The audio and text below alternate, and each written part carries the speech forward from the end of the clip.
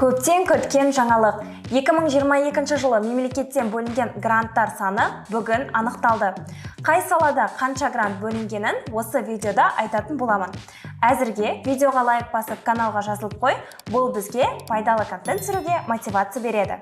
2022 жылы мемлекеттен 73 мың грант бөлінді. Бұл былтырғымен салыстырғанда әлде қайда көп.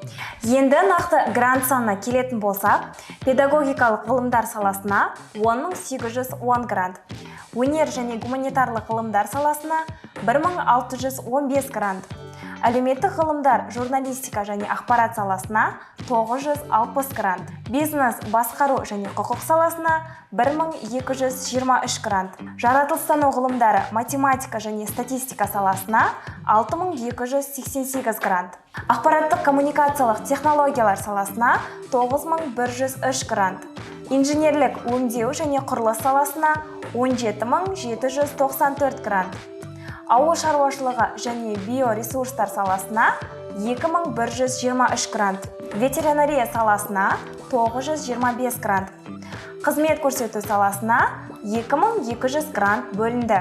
Бұл әр салаға бөлінген грант саны. Ал салалардың ішіндегі мамандықтарға неше грант бөлінгенін ұлттық тестілеу орталығының ресми сайтынан білуге болады.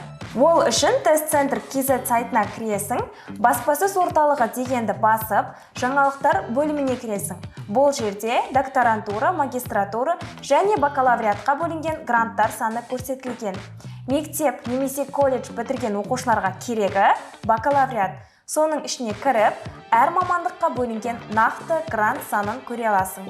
Естеріңе саламыз, қай мамандыққа қай университет оқытатын жауап KZ қосымшасынан көре аласың.